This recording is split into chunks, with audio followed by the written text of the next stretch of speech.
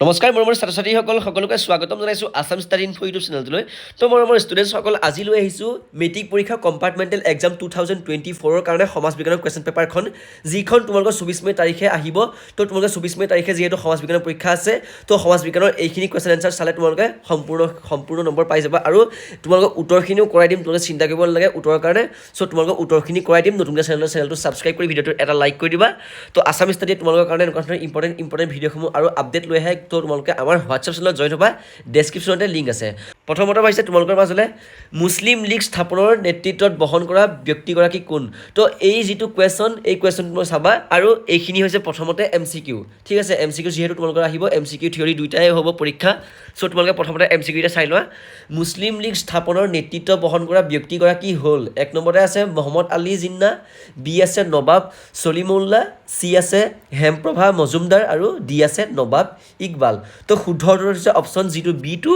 নবাব ছলিমউল্লাহটো ইয়াৰ শুদ্ধ উত্তৰ ঠিক আছে মোৰ অলপ পানী লাগি আছে জ্বৰ হৈ আছে চ' মাতটো তোমালোকে বেয়া পাব পাৰা তোমালোকে এইটো ইগন'ৰ কৰিবা ঠিক আছে তাৰপাছতে নেক্সট কুৱেশ্যনটো আহিলে শাসন আৰু শোষণ একেলগে চলাই যোৱা হ'ব কথাষাৰ কোনে কৈছিলে তো অপশ্যন এ আছে বি আছে চি আছে ডি আছে অপশ্যন এত কৈছে যে ৰবাৰ্টছনে কৈছিলে অপশ্যন বি হৈছে লৰ্ড কাৰ্জনে অপশ্যন চি হৈছে লৰ্ড হেমিল্টনে আৰু অপশ্যন ডি হৈছে ডেভিড স্কটে তো শুদ্ধ উত্তৰটো হৈছে অপশ্যন বিটো লৰ্ড কাৰ্জনেটো ইয়াৰ শুদ্ধ উত্তৰ তো মৰমৰ ষ্টুডেণ্টসকল তোমালোকে এটা কাম কৰিবা তোমালোকে মই যিকেইটা MCQ কৈছোঁ তো কিমানটা তোমালোকে শুদ্ধ কৰিব পাৰিলা তোমালোকে মোক কমেণ্ট বক্সত জনাবা ঠিক আছে আৰু তোমালোকে কোন ছাবজেক্টত ফেইল কৰিছা মোক ক'বা যাতে মই নেক্সট ভিডিঅ'ত তোমালোকক সেইটো ছাবজেক্টৰ ওপৰত ভিডিঅ' লৈ আহিব পাৰোঁ তো 1907 খ্ৰীষ্টাব্দৰ 21 নৱেম্বৰত কলিকতাত অনুষ্ঠিত জাতীয় কংগ্ৰেছৰ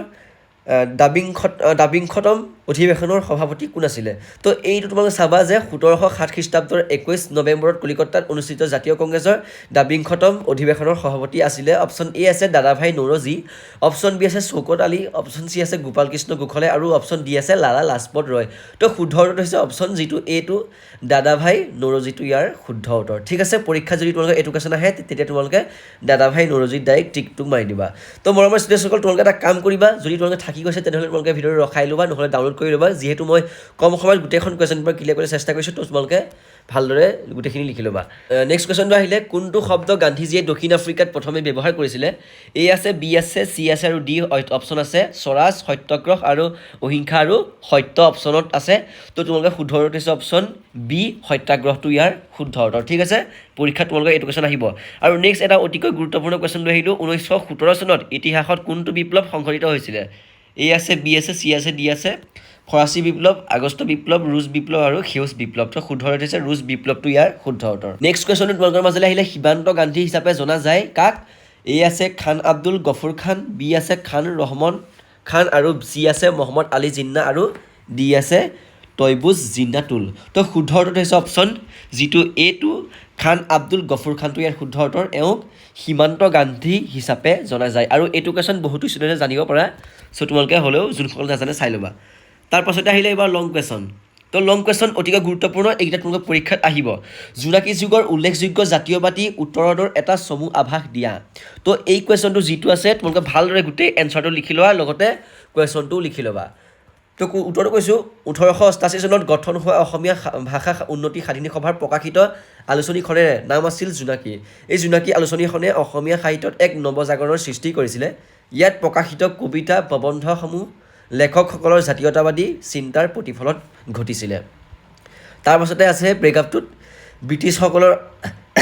ব্ৰিটিছসকলৰ আগমনৰ ফলত অসমৰ থলুৱা উদ্যোগ আৰু বাণিজ্যত যি নেতিবাচক প্ৰভাৱ পৰিছিল সেই বিষয়ে জোনাকীয়ে সচেতনতা সৃষ্টি কৰিবলৈ চেষ্টা কৰিছিল কনকলতা বৰুৱা আৰু কমলাকান্ত ভট্টাচাৰ্য নিয়মীয়াকৈ অসমৰ অৰ্থনৈতিক অনগ্ৰসৰতা আৰু প্ৰগতিৰ ধাৰা সম্পৰ্কীয় নিবন্ধ প্ৰকাশ কৰিছিলে লক্ষ্মীনাথ বেজবৰুৱাৰ মোৰ দেশ আৰু অসম সংগীত বীণপৰাগী অম্বিকাগী ৰায়চৌধুৰী বিভিন্ন ধৰণৰ স্বদেশ প্ৰেমৰ ঢল বোৱাইছিলে ঠিক আছে এই গোটেই এনচাৰটো তোমালোকে ধুনীয়াকৈ লিখি লোৱা মই তোমালোকে স্ক্ৰীণত দেখাই দিছোঁ তোমালোকে ভালদৰে লিখি ল'বা যদি থাকি গৈছে তোমালোকে লিখি ল'বা তাৰপাছত কুৱেশ্যন আহিলে আহোম সভাৰ ৰাজনৈতিক দাবী সম্পৰ্কে চমুকৈ লিখা উত্তৰ আছে এই কুৱেশ্যনটো যিটো আছে এইটো পৰীক্ষাত আহিব কিন্তু তোমালোকে ভালদৰে উত্তৰটো লিখি লোৱা পদ্মনাথ গোহাঁই বৰুৱাৰ নেতৃত্বত 1893 চনত আহোম সভা গঠন কৰা হৈছিল এইকণৰ পৰা তোমালোকে লাষ্টলৈকে লিখি যোৱা মই তোমাক কৈ দিয়া নাই যাতে কম সময়ত গোটেইখিনি কুৱেশ্যন ক্লিয়াৰ কৰিব পাৰোঁ তোমালোকৰ এনেই টাইমটো লছ হ'ব মই কৈ দিয়াতকৈ তোমালোকে লিখি লোৱাটো বেছি বেষ্ট হ'ব তো তোমালোকে লিখি লোৱা ঠিক আছে মই পিকচাৰটো দেখাই দিলোঁ তোমালোকে ভিডিঅ'টো ৰখাই লৈ লিখি ল'বা নেক্সট কুৱেশ্যন আহিলে 1 নম্বৰীয়া এইকেইটা যিটা কুৱেশ্যন এইকেইটা তোমালোকে MCQ ব্যৱহাৰ কৰিবা MCQ এইটা কুৱেশ্যন আহিব কিন্তু সিন্ধু সভ্যতাৰ পূব গাঙ্গেয় উপত্যকাৰ কোন ঠাইলৈ বিস্তৃত আছিল মিৰাট পৰ্যন্ত ঠিক আছে উত্তৰটো হৈছে মিৰাট পৰ্যন্ত 2 হৈছে সিন্ধু সভ্যতাত নাগৰিক সংস্কৃতিৰ বিকাশ কেতিয়া হৈছিলে তো উত্তৰটো হৈছে খ্ৰীষ্টপূৰ্ব 4ৰ্থ শতাব্দত সিন্ধু সভ্যতাত নাগৰিক সংস্কৃতিৰ বিকাশ হৈছিলে ঠিক আছে এইটো তোমালোকে MCQ কিন্তু আহিব তাৰপিছতে 3 নম্বৰ কুৱেশ্যনটো কৈছে যে ঋগ্বেদৰ আনুমানিক ৰচনা কাল কি 1500 খ্ৰীষ্টাব্দত আৰু খ্ৰীষ্টাব্দ 1000 তাৰপিছতে 4 নম্বৰ কুৱেশ্যনটো আহিলে ভাৰতৰ ৰাষ্ট্ৰীয় প্ৰতীকত থকা সত্যমেৱ জয়তে এই বাক্যশাৰী মূলতঃ কোনখন গ্ৰন্থৰ পৰা লোৱা হৈছে তো উত্তৰটো হৈছে মুণ্ডক উপনিষদৰ পৰা লোৱা হৈছে ঠিক আছে এইটা কুৱেশ্যন তোমালোকে MCQত ব্যৱহাৰ কৰিবা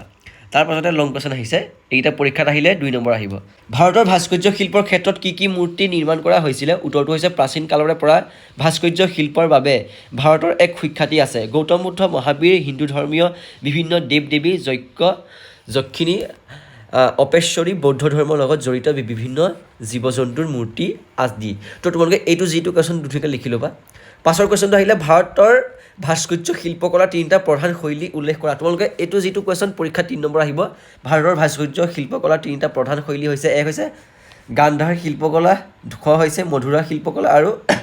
গ হৈছে অমৰাৱতী শিল্পকলা তো মৰমৰ ষ্টুডেণ্টসকল আজি মই একদম গাটো বেয়া কাৰণে তথাপিতো মই তোমালোকক যিবলৈ চেষ্টা কৰিছোঁ কিন্তু মোৰ গাটো বেয়া কাৰণে মই অলপ ভইচটো তোমালোকে বেয়া পাবা তোমালোকক মই বাৰম্বাৰ কৈয়ে আছোঁ চ' তোমালোকে এইটো ইগন'ৰ কৰিবা ঠিক আছে মাজে মাজে কাহি থাকিবলগীয়া হৈছে মোৰ কাহ হৈছে অলপ দেৱাল চিত্ৰৰ নিদৰ্শন থকা ভাৰতৰ 3খন ঠাইৰ নাম উল্লেখ কৰা দেৱাল চিত্ৰৰ নিদৰ্শন থকা ভাৰতৰ 3খন ঠাই হৈছে ক অজন্তাৰ দেৱালৰ চিত্ৰসমূহ মহাৰাষ্ট্ৰ খ হৈছে বাঘৰ দেৱালৰ চিত্ৰসমূহ মধ্যপ্ৰদেশ আৰু গ হৈছে চিত্ৰনাৱালাৰ দেৱাল চিত্ৰসমূহ তামিলনাডুত আছে তামিলনাডুত আছে এখন ঠিক আছে তো এই কুৱেশ্যনটো তোমালোকৰ 3 নম্বৰ আহিব পৰীক্ষাত তো মৰমৰ ষ্টুডেণ্টসকল মোৰ যিহেতু বেমাৰ হৈ আছে তোমালোকক মই অলৰেডি ক'লোৱেই তথাপিতো মই তোমালোকক এনেকুৱা ধৰণৰ ভিডিঅ'সমূহ দিবলৈ চেষ্টা কৰিছোঁ সদায় প্ৰত্যেক দিনাখনি মই কুৱেশ্যন এনচাৰ ভিডিঅ' দি আছোঁ তোমালোকক নেক্সট কি ছাবজেক্ট লাগে তোমালোকে কমেণ্ট বক্সত জনাবা আৰু যদি মোৰ কিবা যদি স্পেলিং ভুল হৈছে তোমালোকে শুদ্ধ কৰি ল'বা যিহেতু মই তোমালোকৰ কাৰণে ভিডিঅ' সদায় দিবই লাগিব এইটো মোৰ কৰ্তব্য সেইকাৰণে মই এনেকুৱা অৱস্থা বেয়াটো তোমালোকৰ ভিডিঅ'লৈ চেষ্টা কৰিছোঁ তো আজিলৈ ভিডিঅ'টি মানে তোমালোকৰ চেনেলটো ছাবস্ক্ৰাইব কৰি নটিফিকেশ্যন বেলটো অলপ ক্লিক কৰি দিবা আৰু নিজৰ বন্ধু বান্ধৱীসকলে শ্বেয়াৰ কৰিবা ধন্যবাদ এক্সামটো ভালকৈ দিবা তো বন্ধু বান্ধৱীসকল তোমালোকে এটা কাম কৰিবা তোমালোকে আমাৰ হোৱাটছআপ চেনেলত জইন হৈ ল'বা ডেছক্ৰিপশ্যনত লিংক দি থোৱা আছে অলৰেডি 6000+ ষ্টুডেণ্টে জইন হৈ আছে তোমালোকে হোৱাটছআপ চেনেলত জইন হ'লে তাত মই ইম্পৰ্টেণ্ট কিছুমান কুৱেশ্যন এনচাৰ শ্বেয়াৰ কৰি দিম আৰু ফ্ৰী হয় কোনো পইচা দৰকাৰ নাই তোমালোকে তাত আমাৰ হোৱাটছআপ চেনেলত জইন হ'বা